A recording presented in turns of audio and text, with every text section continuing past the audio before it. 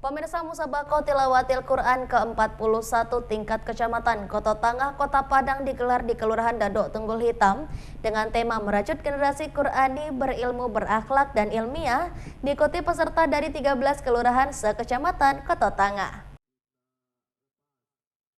Pelaksanaan kegiatan MTQ Kecamatan Kota Tangah ke-41 didahului dengan pawai ta'aruf yang diikuti para kafilah. Camat Kota Tangah Fizlan Setiawan melepas peserta pawai menuju arena pembukaan MTQ. Pejabat Wali Kota Padang Andre Al-Kamar menyebut, lomba Musabaqah Tilawatil Quran jangan hanya dijadikan perlombaan semata untuk mencari juara, namun ayat suci Al-Quran dijadikan pedoman dan diamalkan agar dijauhi dari segala bencana. Jangan hanya dijadikan perlombaan, tapi bagaimana Al-Quran ini selalu diperdengarkan agar kita dijauhi dari bencana.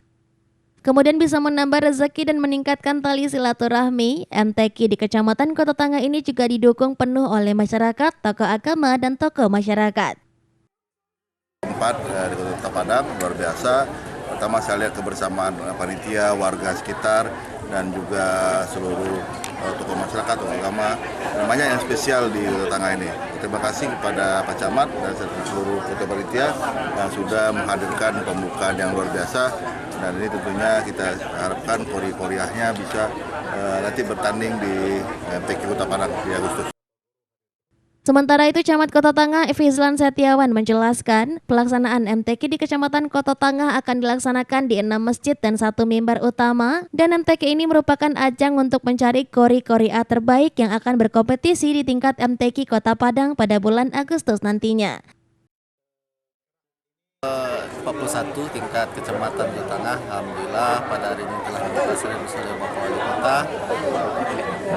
Untuk pelaksanaannya kita selama 3 hari, mulai tanggal 7 sampai tanggal 9 Juni 2024 di 6 masjid dan 1 mimbar utama. Jadi lokasi masjid kita sebar di setiap RW di Kelurahan Dadok Tunggul. Kita berharap MTQ ini menjadi bibit unggul generasi muda sebagai kori dan koriah Kecamatan Kota Tangah untuk berkompetisi di tingkat MTQ Kota Padang pada Agustus nanti.